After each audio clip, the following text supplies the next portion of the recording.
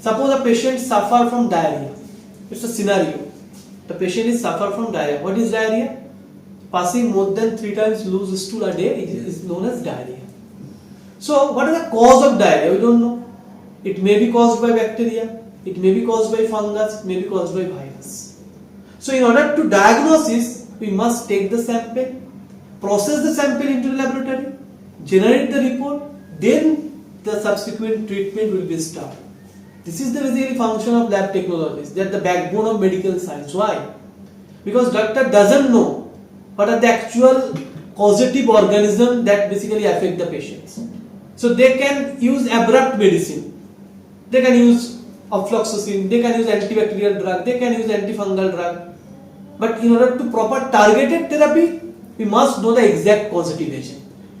And in order to diagnose the exact causative agent, there is a process called the laboratory diagnosis, which starts from the taking the sample from the patient, process it into the laboratory, generate the report, and this report subsequently converted or transferred to the patient. So suppose a patient is suffered from diarrhea, what will be the sample? Or let's say suppose a patient is suffered from urinary tract infection.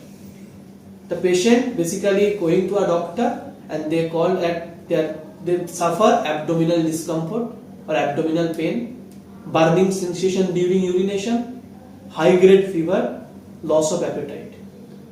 The doctor says you must check urine RE and CS. What is the basically meanings of RE and CS? RE means routine examination, CS means culture sensitivity. The patient comes to you with a prescription which is written on urine RE/CS. So what are your role basically? At first, you basically advise the patient how to take the sample. After taking the sample, we use different types of media. Now, what is media and what is the purpose of media? We don't see bacteria through the naked eye.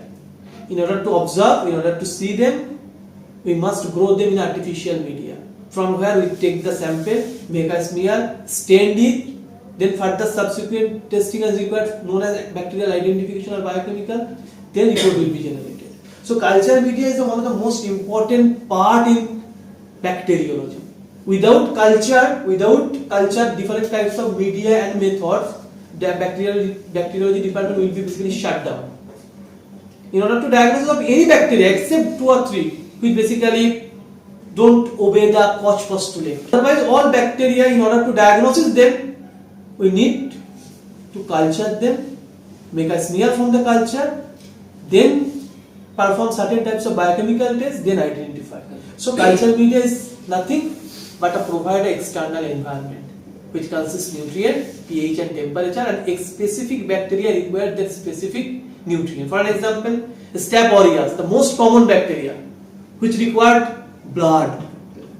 If we provide blood, they can lysis the blood, they produce a beta hemolytic colony. We generally observe in the media, we can call it may be a Staphylococcus. Then further subsequent test is required. So this is all about the definition of culture media. Now what are the components of culture media? Culture media basically consists 3 things. One is peptone or protein, which is a partially digested protein particle. Second is source of carbohydrate in the form of agar, and also we use different types of carbohydrate like dextrose, maltose, lactose, different kinds of carbohydrate we use. And third is the required blood, serum or other exact requirement or nutrient to grow distilled water, and last is electrolyte, that is sodium chloride. So these are the common components of culture media. This is the primary part. There are different types of culture media available.